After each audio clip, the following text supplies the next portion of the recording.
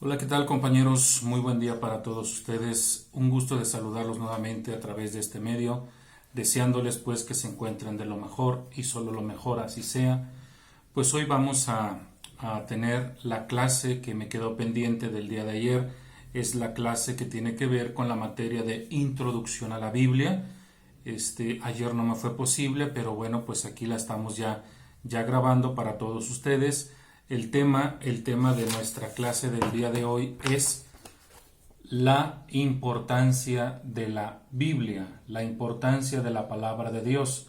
Esta la vas a encontrar en tu manual de introducción a la Biblia en la página número 48. Ahí la vas a encontrar.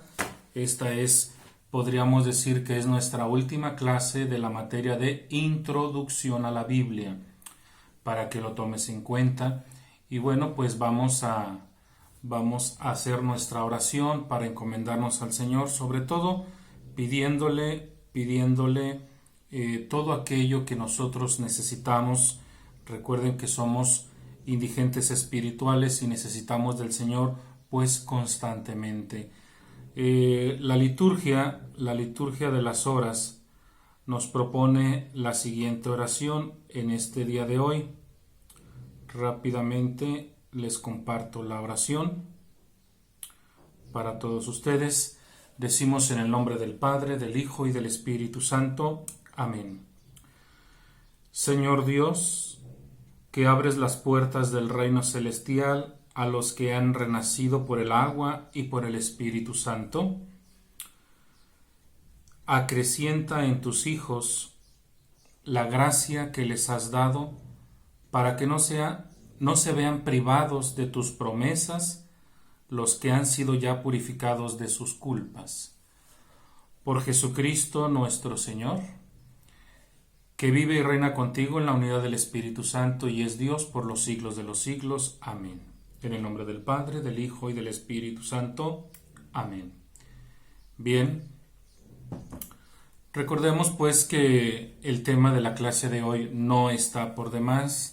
Esta materia de introducción a la Biblia, como su nombre lo dice, bueno, trata de introducirnos a lo que es el estudio de la Sagrada Escritura con la finalidad de que nosotros como estudiantes le demos el lugar que le corresponde a la palabra de Dios, un lugar, preponderante en nuestras vidas. Así lo hizo el pueblo judío y así lo hará entonces el nuevo pueblo de Dios, que es la Iglesia. La Biblia es fundamental en la vida del cristiano, eso ya lo habíamos estudiado, así que en este último tema se nos viene a hacer una especie de recordatorio de la importancia de la Biblia para nosotros. Así que bueno, en la página número 48 dice el primer párrafo y lo voy a explicar. La lectura de la Biblia debe ocupar un lugar importante entre nosotros los cristianos, ya que en ella encontramos alimento para nuestra vida de fe. Fíjense qué interesante como lo que empieza este primer párrafo, donde se nos exhorta, se nos sugiere que la Biblia debe de ocupar un lugar importante. Hay familias que de pronto son muy devotas y tienen incluso por ahí un nicho particular para la palabra de Dios y de cierta manera pues a alguien le parece extraño. Sin embargo, así debería de ser.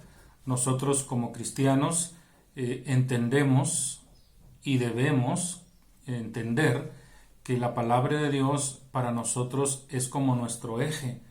¿Por qué? Bueno, porque es nuestro punto de referencia en cuanto a la fe que profesamos. Estoy hablando pues de la Biblia. Dice más adelante, Jesús, la eterna palabra del Padre, en una ocasión mencionó, yo soy el pan de la vida, el que venga a mí no tendrá hambre, y el que crea en mí no tendrá nunca sed. Esto está tomado del Evangelio de San Juan, por allá en el capítulo número 6. Asimismo, la Sagrada Escritura es una luz que ilumina nuestros pasos por un camino recto. Como lo dijo el salmista, lámpara es tu palabra para mis pasos. En el Salmo 119, verso 105. Otro comentario que se nos hace al respecto dice: y así como la levadura fermenta la masa, la lectura de la palabra de Dios irá poco a poco cambiando nuestras actitudes, nos irá transformando, nos hará hombres nuevos conforme a las enseñanzas del Evangelio. Bien, hasta ahí el primer párrafo. Perdón. Y vamos a comentar algo al respecto. Solo trata de imaginar por un momento si la humanidad entera, o bueno, ¿qué digo la humanidad entera? Vamos, nuestra comunidad, nuestra ciudad, por así decirlo, atendiera lo que yo acabo de leer ahorita, que simultáneamente todos y cada uno de nosotros considerábamos la palabra de Dios como nuestra regla suprema, ¿qué tipo de sociedad tendríamos? ¿Qué mundo estaríamos viviendo? Naturalmente la respuesta sería evidente, ¿no? Un mundo más en paz, una sociedad más hermanada, una sociedad en la que reinase ese, diríamos, sueño utópico de Jesús, el reino de Dios. Lamentablemente, pues hay que ser muy sinceros que en la actualidad esto no es una realidad, sino que es todo lo contrario. Hay quienes incluso el día de hoy no conocen absolutamente nada de la palabra de Dios y en el peor de los casos ni siquiera la tienen. Esto ha dado como resultado la sociedad que vivimos, una sociedad en la que podríamos decir sálvese quien pueda. Esto es muy lamentable porque esto no era el proyecto de Jesús, esto no lo era. Lamentablemente el ser humano parece ser que sigue empeñado en ir en contra de los preceptos, en ir en contra de la voluntad de Dios. Y esto ya nos ha traído, porque lo estamos viviendo, una consecuencia. Así lo dijo el autor del libro de Proverbios. Recordarán ustedes que ya leímos este libro, pero viene en muy buen momento este texto. En el libro de Proverbios, en el capítulo número 1, voy a este libro, dice, capítulo número 1, versículo número 30, libro de Proverbios, capítulo 1, versículo 30. Como no aceptaron mis avisos y despreciaron mis advertencias, comerán el fruto de sus acciones y de sus propios planes quedarán hartos. Esto dice Proverbios, lo repito, como no aceptaron mis avisos y despreciaron mis advertencias, comerán el fruto de sus acciones y de sus propios planes quedarán hartos. Proverbios capítulo 1, versículo 30 y 31. Esto es una realidad, esto es una constante, porque lo estamos viviendo. No hemos atendido en lo más mínimo la voluntad divina, y esto ha traído una consecuencia que la estamos precisamente experimentando. Ahora bien, yo tengo aquí un documento que ya se los había presentado, que es la Dei Verbum. La Dei Verbum, este documento dogmático del Concilio Vaticano II, en el artículo número 21, fíjense, estamos hablando de más de 50 años, estamos hablando de más de 50 años aproximadamente, que se elaboró este documento, y en el artículo número 21, dice aquí, la Iglesia ha venerado siempre las Sagradas Escrituras, al igual que el mismo cuerpo del Señor, no dejando de tomar de la mesa y de distribuir a los fieles el pan de vida. tanto de la palabra de Dios como del cuerpo de Cristo, sobre todo en la liturgia. Siempre las ha considerado y considera, juntamente con la tradición, como la regla suprema de su fe, puesto que inspirados por Dios y escritas de una vez para siempre, comunican, estamos hablando de la Biblia, comunican inmutablemente la palabra del mismo Dios y hacen resonar la voz del Espíritu Santo en las palabras de los profetas y de los apóstoles. Aquí viene lo importante, presta atención. Es necesario, por consiguiente, que toda la predicación eclesiástica, como la misma religión cristiana, se nutra de la Sagrada Escritura y se rija por ella. Porque en los sagrados libros, el Padre que está en los cielos se dirige con amor a sus hijos y conversa con ellos. Y es tanta la eficacia que radica en la palabra de Dios, que es, en verdad, apoyo y vigor de la Iglesia, y fortalece la fe de sus hijos, y es alimento del alma, fuente pura y perenne de la vida espiritual. Esto es lo que dice el artículo número 21 de lo que es la Dei Verbum. Pero quiero compartir con ustedes lo que dice ahora este documento, es la alegría del Evangelio del Papa Francisco. Prácticamente en la página 123, en el artículo 152, ¿sí? Fíjate lo que nos dice ahora el Papa Francisco.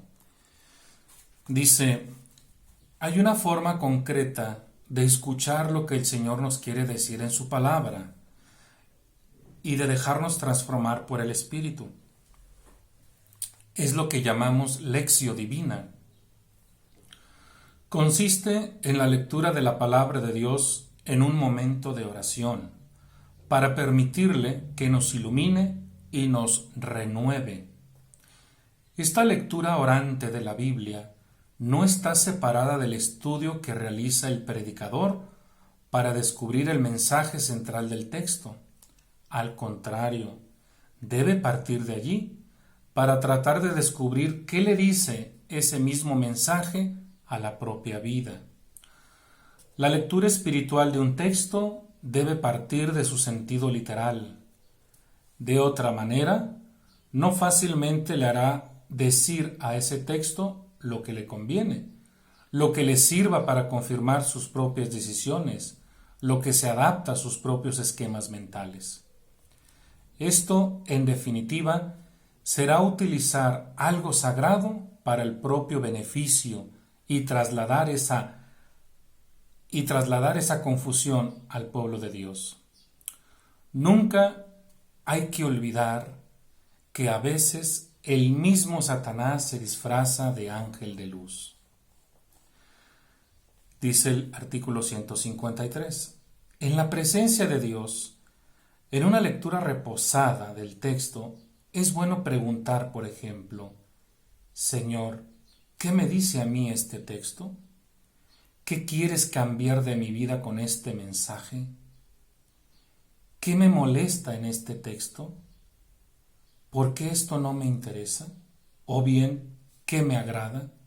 ¿Qué me estimula de esta palabra? ¿Qué me atrae?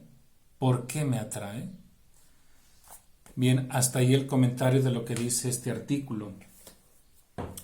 Esto es con relación al primer párrafo que yo acabo de leer de la página 48 de tu manual, la importancia de la lectura de la Biblia. Vamos al segundo párrafo.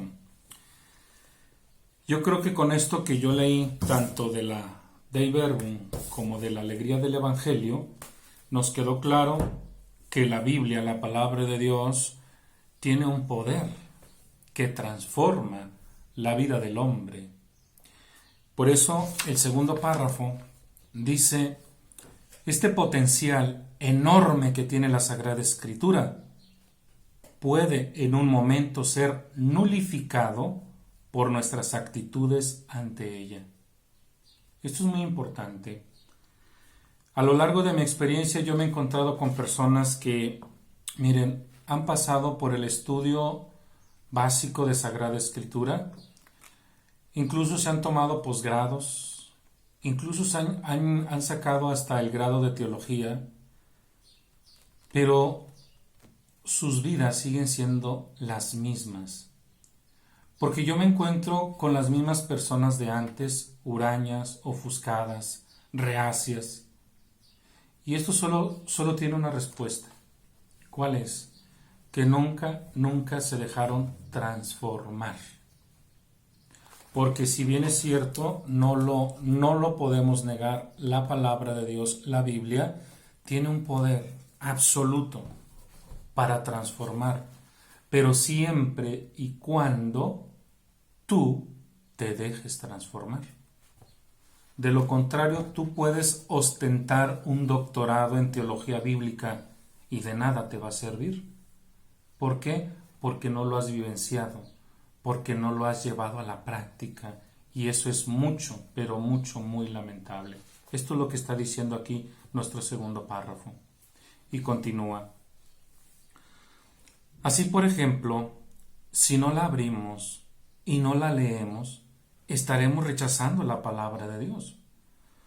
Por eso es necesario que nuestras Biblias no permanezcan cerradas, sin leer o como elementos decorativos.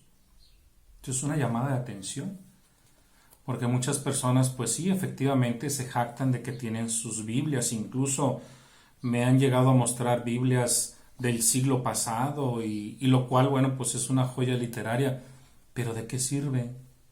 ¿De qué sirve si no la has escudriñado, si no la has leído, si no has vivenciado por lo menos un pasaje bíblico de lo que ahí se está diciendo? No sirve de nada. Continúa. Dice que no permanezcan como elementos decorativos, a la manera de un tesoro escondido que se requiere desenterrar y utilizar esa gran riqueza. Porque eso es la Biblia, una gran riqueza que tenemos que explorar. Esto es lo que pretendemos en estos estudios de Sagrada Escritura, que entiendas perfectamente bien que lo que tienes ahí no es un libro común, es la palabra de Dios.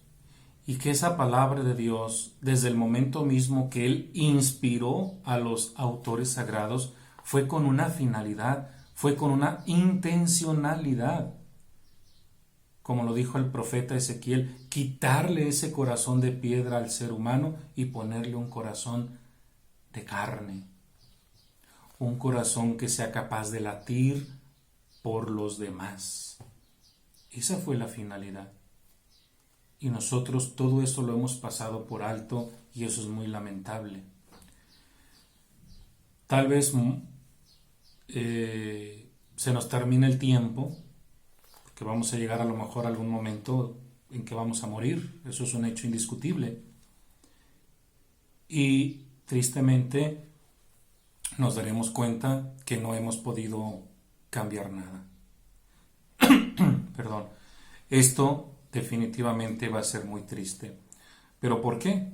Porque habrá que reconocer, sinceramente, en nuestro interior, que no hemos llevado a cabo lo que nos dice esta santa palabra. Bien, voy al tercer párrafo de la página 48.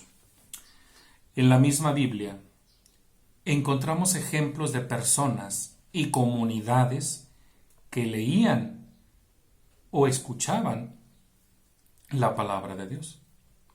Por ejemplo, en el libro de Esdras, en el capítulo 8, si no me equivoco, Esdras, voy a contextualizar un poquito. Según la historia de Israel, Esdras es uno de los enviados por parte del nuevo rey del mundo, persa. Es enviado a Jerusalén a poner orden, porque tú debes de entender que el pueblo de Israel, cuando regresa de su exilio en Babilonia por más de 50 años, pues uno esperaría que este pueblo, llegando a Jerusalén, pues se pusieran las pilas y se pusieran a trabajar, y todos hermanados y todos juntos, todos armoniosos, pues de alguna manera empezaran a crecer espiritualmente. Y esto no fue así. Fue todo lo contrario. Ahora no se trataba de luchar, de pelear con un enemigo externo, sino con un enemigo interno. ¿Cuál era ese? El egoísmo de unos, el egoísmo de otros, la cerrazón del pueblo, la intención de ir en contra de los mandatos divinos. Es decir, esa sociedad post-exílica en Jerusalén era una sociedad muy patética. Y entonces el rey persa envía a un gran sacerdote, y ese es Esdras. Esdras, cuando llega a Jerusalén, no llega con las manos vacías. Esdras lleva lo que tú y yo conocemos como el Pentateuco, lleva la Torá. Y entonces en el capítulo 8 prácticamente se ponen a leer la Torá de principio a fin, y todo el pueblo la está escuchando. Es ahí donde nosotros podríamos bien imaginar que hunde sus raíces lo que yo comenté hace rato, la lección divina, que tiene sus 4 pasos en ese libro de Esdras. Porque el pueblo está escuchando, el pueblo está meditando la palabra de Dios. Ese es el mensaje, pues, que nos quiere dar este tercer párrafo, ¿verdad? Ponernos un ejemplo de aquellas personas que desde antaño venían estudiando, meditando la palabra de Dios. Bien, como les venía diciendo, pues, efectivamente, lo que nos dice aquí nuestro tercer párrafo de la página 48 dice: en la misma Biblia encontramos ejemplos de personas y comunidades que leían o escuchaban la palabra de Dios. En el Antiguo Testamento, en repetidas ocasiones aparece el pueblo que se congrega para escuchar la lectura del libro de la ley. Recordemos que en la época posexílica, pues ya tenemos la presencia de lo que es la sinagoga, y podríamos decir que cada comunidad, cada pequeña ciudad, cada pueblo, incluso las ciudades grandes, tenían sus sinagogas. El mismo Evangelio nos dice que Jesús visitaba las sinagogas. También el libro de Hechos de los Apóstoles nos menciona cuál fue prácticamente la estrategia de Pablo, por ejemplo, a la hora de evangelizar, por así decirlo. Pues inmediatamente los sábados iba a las sinagogas. ¿Y qué se hacía en la sinagoga? Esto lo estudiamos por allá en cultura y geografía bíblica. La sinagoga, tenía como su principal característica centro de reunión. Bueno, dicho de paso, sinagoga sinónimo de asamblea. Entonces fungía para que ahí se congregara el pueblo y escuchara, meditara la Torá, la ley, los profetas. Eso era lo que se escuchaba en la sinagoga. Y esa piedad israelita, diríamos, de ver cómo el padre de familia, el patriarca, llevaba a sus hijos, sobre todo varones, y desde muy temprana edad, a que escucharan la Torá. Por eso me llama mucho la atención cómo el cristianismo ha venido de más a menos. Porque se supone que si el cristianismo se nutrió del judaísmo, por eso llamábamos a aquella primera comunidad cristiana judeo-cristiana, porque viene del judaísmo, cómo es que con el paso del tiempo vino decreciendo ese deseo por conocer, por escuchar, por meditar, por leer la Sagrada Escritura. Yo no sé si ustedes alguna vez han escuchado esta frase que debe de entristecernos, porque dice que la Biblia es el libro más vendido en el mundo, pero es el menos leído. Es el menos leído. Hay quienes se jactan de leer libros, pues no sé, de autores, diríamos, paganos. Y no uno, sino hasta 3, 4 libros al año. Pero de la Biblia no se sabe absolutamente nada. Eso es muy triste. Bien, continúa en la página 48 en el tercer párrafo. En el Nuevo Testamento dice, vemos por ejemplo a Jesús que en la sinagoga de Nazaret leyó el rollo del profeta Isaías, explicando el cumplimiento de este texto en su persona. Esto lo dice Lucas en el capítulo 4, que Jesús entró a la sinagoga, tomó el rollo y desenrolla y lee el pasaje del profeta Isaías.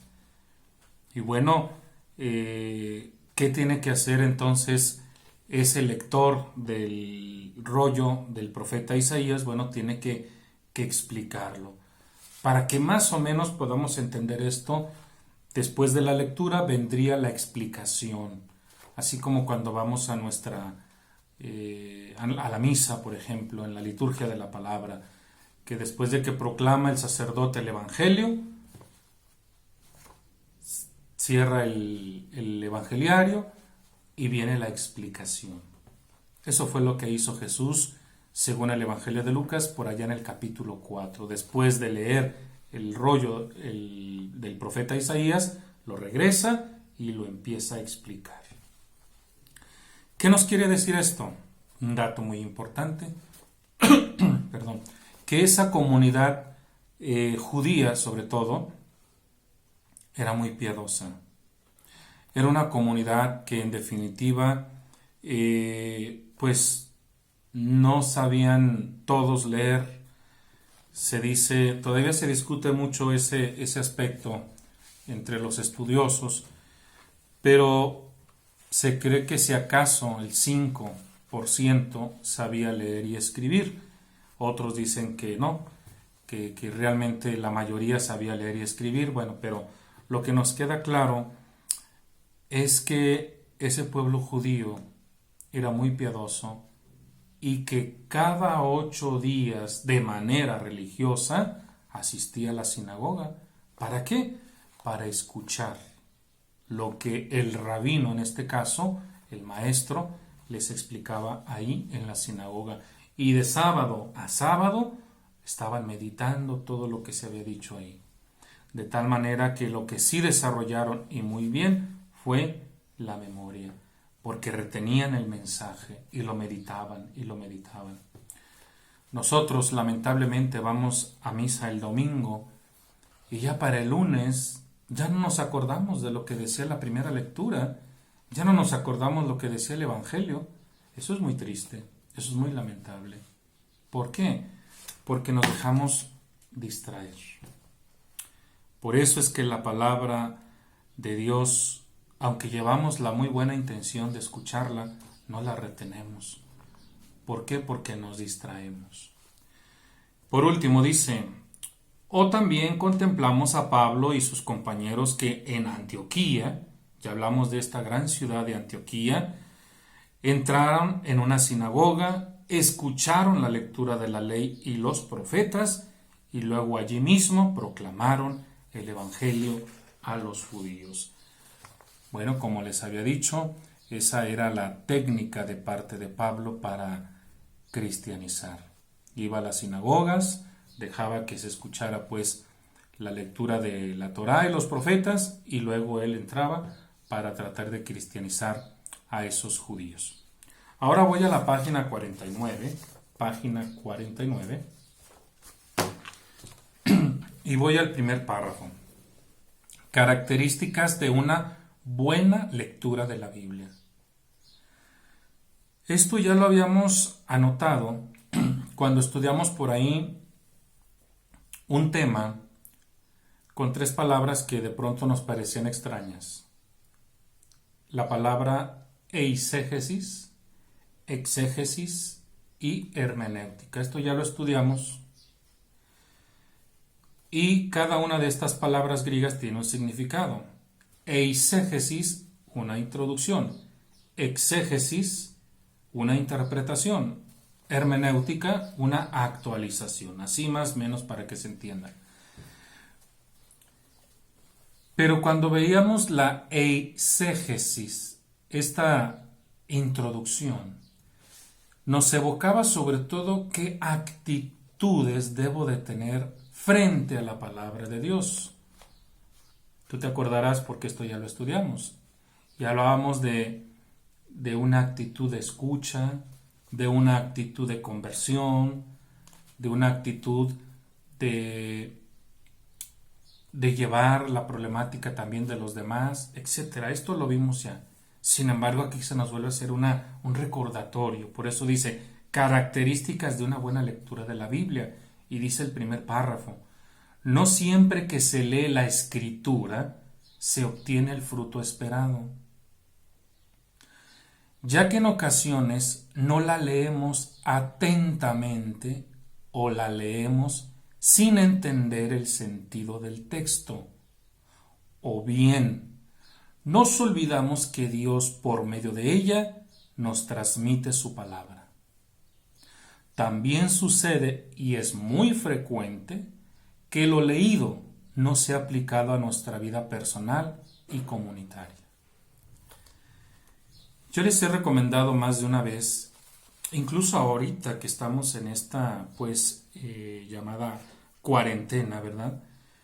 Creo que tenemos que tomar un momento en el que yo ya me haya desocupado de mis tareas para tomar mi clase y poder estar atento, estar concentrado.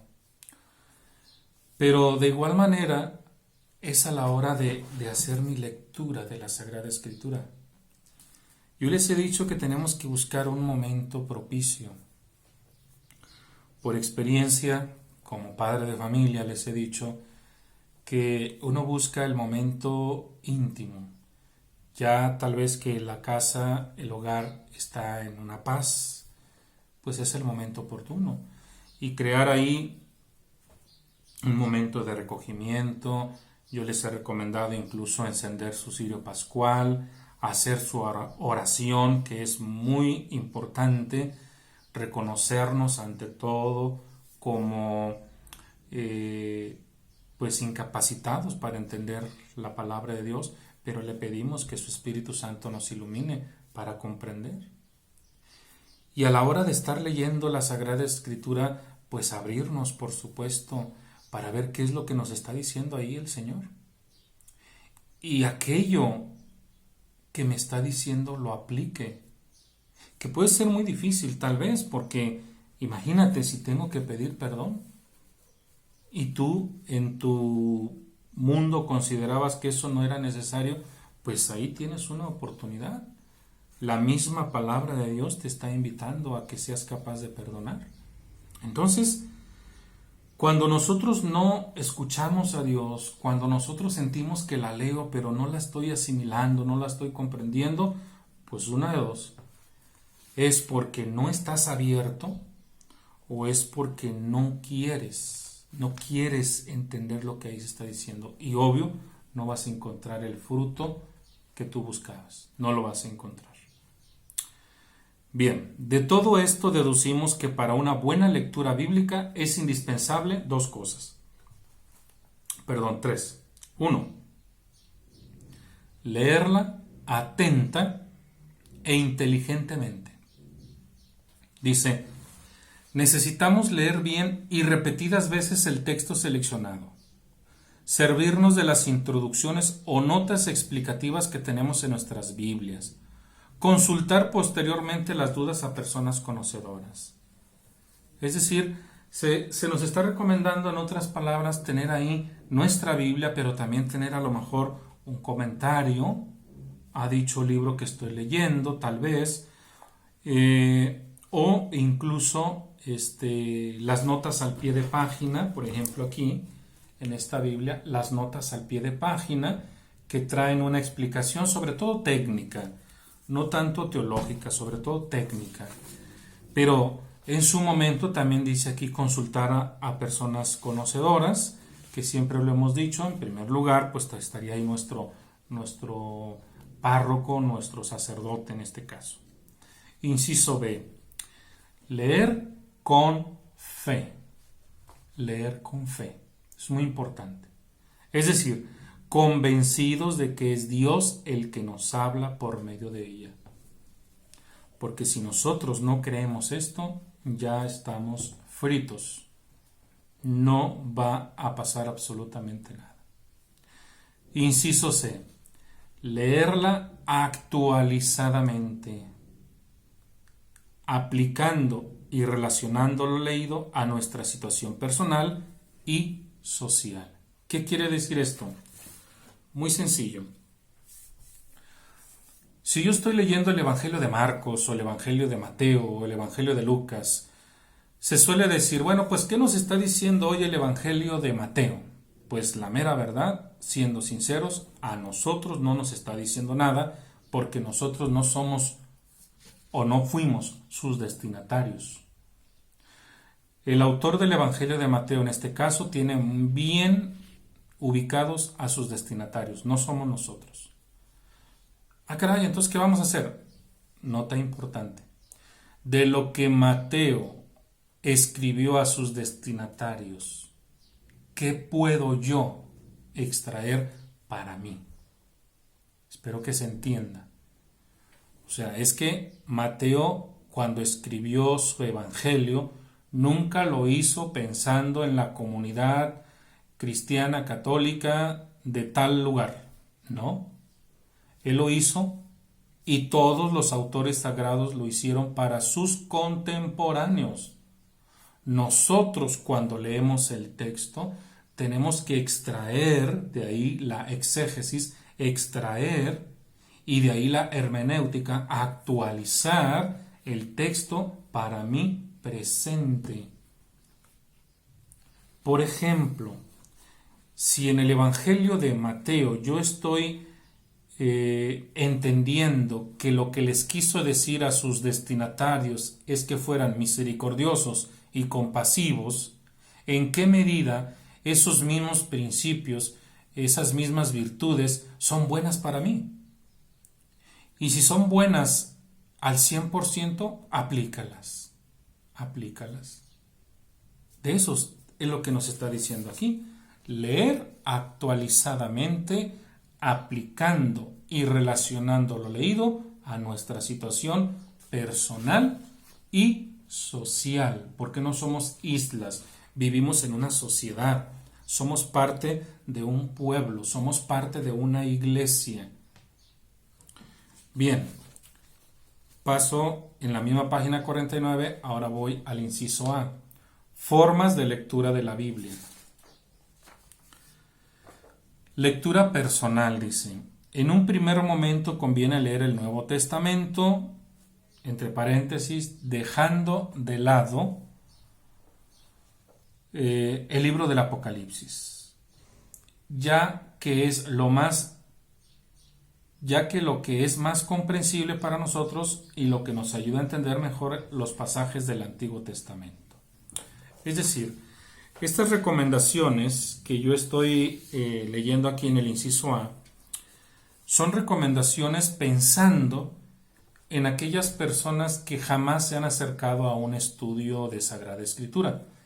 Tú podrás encontrarte algún compañero o amigo que nunca ha asistido a un curso bíblico, pero como sabe que tú estás asistiendo, es muy probable que te pregunte, oye, tú que estás estudiando Sagrada Escritura, fíjate que tengo la idea de estudiarla, pero ¿cómo me recomiendas? Ahí en mi casa, yo no tengo tiempo de ir a clases, pero tú dime, ¿qué me recomiendas? Bueno, yo te recomiendo que empieces a leer el Nuevo Testamento, desde el Evangelio de Mateo hasta la tercera carta de San Juan, hasta ahí. Son 26 libros. Oye, ¿y el Apocalipsis? No, ese déjalo o resérvalo al final. Primero hay que leer esto. Y en un segundo momento, pues ahora sí empiezas por el Antiguo Testamento. ¿Por qué recomendamos siempre el Nuevo Testamento en primer lugar? Porque es lo que de inmediato nos conecta con Jesús. Porque si tú lo haces a la inversa, si tú empiezas por el libro del Génesis, que mucha gente comienza por ahí, como si fuese un libro común y cualquiera. Voy al capítulo 1, capítulo 2, capítulo 3.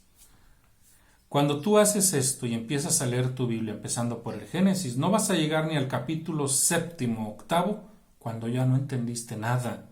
Y eso te va a provocar jaqueca, eso te va a provocar un disgusto y dices, ¿sabes qué? Yo mejor no le entiendo a nada, prefiero cerrar el libro. Bueno, es obvio, porque no es la manera más recomendada. ¿Qué hay que hacer? Primero los evangelios, es lo que nos está diciendo aquí. O hay otra opción, dice, pero también se pueden hacer lecturas selectas según un tema determinado. Yo les he recomendado, por ejemplo, una Biblia. Bueno, así se llama, pero no es propiamente una Biblia, pero se llama la Biblia temática. Esta es un libro que viene en orden alfabético, como un diccionario bíblico, vamos. Y tú dices, bueno, soy catequista y me dejaron de tarea un tema sobre la misericordia. Te vas a ese libro que se llama Biblia temática, te vas a la M, buscas misericordia y ahí te dice misericordia de Dios y te arroja varios textos bíblicos del Antiguo Testamento y varios textos del Nuevo Testamento. Entonces extraes los textos y los vas leyendo. Entonces estás leyendo la Biblia por medio de temas. O hay algunas Biblias que traen incluso una tabla donde te dice cómo leerla según tu estado de ánimo. Si estás triste, si estás cansado, si estás molesto, si quieres dar gracias por algo, ya viene bien sintetizada. A ver si en la medida de lo posible les mando por ahí un par de hojas en Word para que tú las puedas ver y leas tu Biblia según el estado de ánimo. Muy bien. Por último dice, la lectura de la Biblia, sea de un modo o de otro, dice, debe hacerse despacio, sin prisas y atentamente. Después se pueden consultar las dudas que vayan apareciendo. Entonces se nos vuelve a insistir de alguna manera en leer la Biblia de manera pausada. Pues bien, prácticamente hasta ahí lo vamos a dejar. Con esto, como les decía yo al principio, estamos terminando nuestra materia de introducción a la Biblia. Sigo insistiéndoles, cualquier duda, cualquier comentario, háganmelo saber. Pues para eso estamos aquí, para apoyarnos. Y bueno, pues nos vemos en la siguiente edición. Muchísimas gracias por su atención. Cuídense mucho.